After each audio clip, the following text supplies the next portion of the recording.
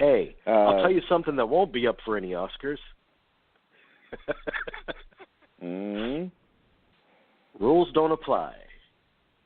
Oh God, really? You're the second person. Adam was the first to say this. Tell us, just spill the beans, brother. Spill it. This is tragic. Well, let's talk about the positives first. Oh God. It's beautifully shot. It's Caleb Deschanel. Thank you, Zoe's dad. Thank you. Yeah, I mean the people are beautifully lit. It's a great recreation of Hollywood in the early I think it's 60s, the early 60s. Mm-hmm. When Warren Beatty first came to Hollywood, something like 64, between 59 and 64, I think is when the movie takes place. And you're just amazed by the recreation of it, and it's even shot in the street scenes, shot like an old Kodak Ektachrome kind of whatever stock they would use in that period of time. So it looks very exciting. And then there are some magical moments in it. Like there's a magical moment when Howard Hughes sets her up with her own home up in the Hollywood Hills, and she's driven up there, and she's looking out over the city, and she's right over the Hollywood Bowl. And so you hear an orchestra practicing below in the canyon from the Hollywood Bowl. And, you know, it's a great, in those moments, it's a great L.A. lovers movie, which I love L.A. The performances are all very good. Lily Collins is great. Matthew Broderick's really good. And Warren Beatty is a lot of fun. He's very funny. And the movie has several great moments, but it has one extraordinary scene. Probably one of the best scenes of the year that I've seen, because it goes on for maybe 15 minutes or so, where the lead character goes from one extreme with Howard Hughes to the other. It reminded me of the Lady Anne Richard scene in Richard III, which has always been discussed as one of the great single scenes in Shakespeare, just because of the width of that arc of what that character undergoes in that one single scene. This is done in comedic effect. I mean, it doesn't mirror what happens in that scene. It's just the size of the arc. It's really a great scene. You'll know it as soon as you see it. Okay. The movie itself is so conventional. If it just focused on the young lovers, you'd think this is one of the most conventional movies I've seen in a long time. Well, what do you mean by conventional now?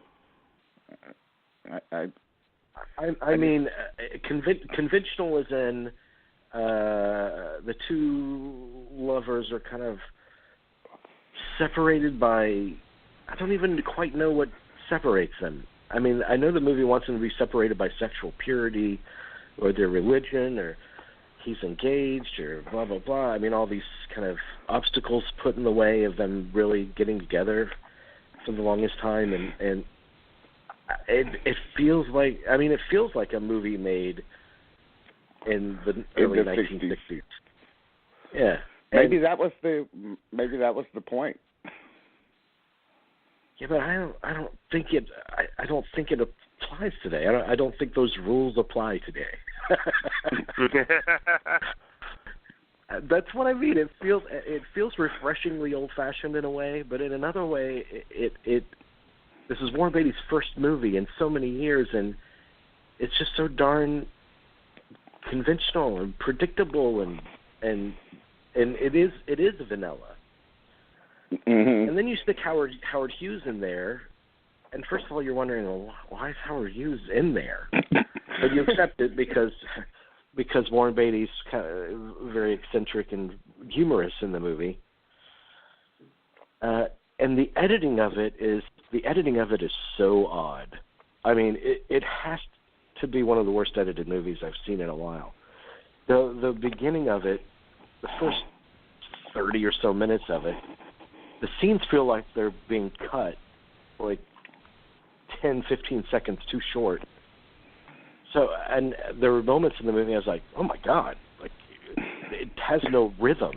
It's almost cut to reflect Howard Hughes' thought process, because Howard Hughes will switch from one topic to another, like his mind's all over the place. But then you're like, well, if that's the case, then why? Like, what is the purpose ultimately? Because Howard Hughes isn't in any of these scenes. Oh, okay, wow. All right. It almost made me feel like I was failing as an interpretive critic, because I know how smart Warren Beatty is. But I was watching the movie and I'm thinking, am I missing something? That's the major thing I walked away from the movie with. Did I miss something? Because I just watched like a really lame Warren Beatty movie. I mean, it's pretty, it hums along fine, but it's so, I don't know. It's just, it has no bite. It has no. Right. It doesn't stake a distinct personality for itself. It's just kind of bleh. Well, that's what I got from that's what it felt like it was going to be from the first preview. Right. But the thing I'm confused about, let's talk about the Howard Hughes aspect of it, because I did talk to Adam earlier today, and he told me that yours and his view coincide pretty closely. And he brought up, okay, first of all, I want to know, is this a lead performance by Beatty, or is this a supporting performance? I'm just curious, because I'm an Oscar nut, and they're talking about, Chris Tapley at Variety is talking about him as a real best actor possibility, and I'm like, but is this a best actor? Should he be a supporting actor instead? What do you think?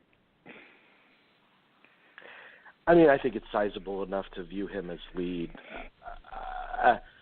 I mean, the kid is the lead in the movie. The Lily Collins, Alden Aaron Reich, and then young to a lesser Solo, extent, Aaron. He probably has as much screen time as Warren Beatty in it, to more or less. Uh-huh. But I think Beatty would have much better luck in the supporting category. He's good in the movie. I mean, he's very entertaining. And there are moments in the movie where I was like, why didn't you just make your Howard Hughes movie? Yes. But why isn't it just about Howard Hughes? That's my thing that I'm most surprised about. Kind of idea. He had some kind of idea about the two young lovers, and that was his way to finally crack the Howard Hughes story. It sounds like, what that inspiration was. It sounds to me like he wanted to do two movies, but he knew he didn't have the energy to do two movies. He wanted to do a Howard Hughes movie, but this movie seems to me to be maybe an older man's kind of, an older Hollywood star. His sort of, nostalgic reminiscences of being in Hollywood at that time, romancing young women as he did. And so it seems like there's this one movie and then there's this other movie, the Howard Hughes thing. Which, by the way, on the Howard Hughes end of it, since Adam is such a huge Howard Hughes fan, he pointed out to me that there's something about him, flying the Spruce Goose in there. I mean, that only flew once in the late 40s. It was in an airplane hangar at the time. This movie is supposed to be taking place. And second of all, they introduced Clifford Irving, who was, famously, forged a fake, autobiography of Howard Hughes, but that didn't come to light until the 70s. So, what is going on there? Why would you do a Howard Hughes movie and mess it up, actually, and then mess up the timeline like that? I mean, of somebody that I think a lot of people know a lot about, right?